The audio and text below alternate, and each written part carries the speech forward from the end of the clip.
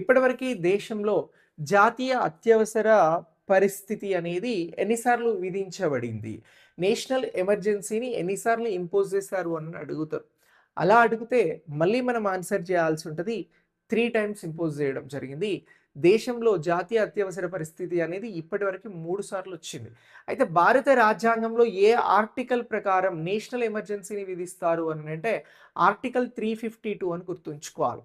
Article 352 ప్రకారం దేశంలో దేశం పైకి ఏదైనా దండయాత్రలొచ్చినా, దేశంలో ఏదైనా పెద్ద ఎత్తున సాయుధ పోరాటాలు, సాయుధ విప్లవాలు వచ్చినా, సో ఇలాంటి సమయంలో నేషనల్ ఎమర్జెన్సీ అనేది విధించబడుతది ఆర్టికల్ 352 ప్రకారం.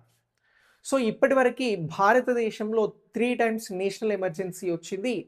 ఒకటి ఎప్పుడు అనంటే 1962, మరొకసారి 1971, మరొకసారి 1975. సో ఇలా ఈ 3 సందర్భాలలో నేషనల్ ఎమర్జెన్సీ భారతదేశంలో వచ్చింది అని మీరు గుర్తించాల్సి ఉంటది.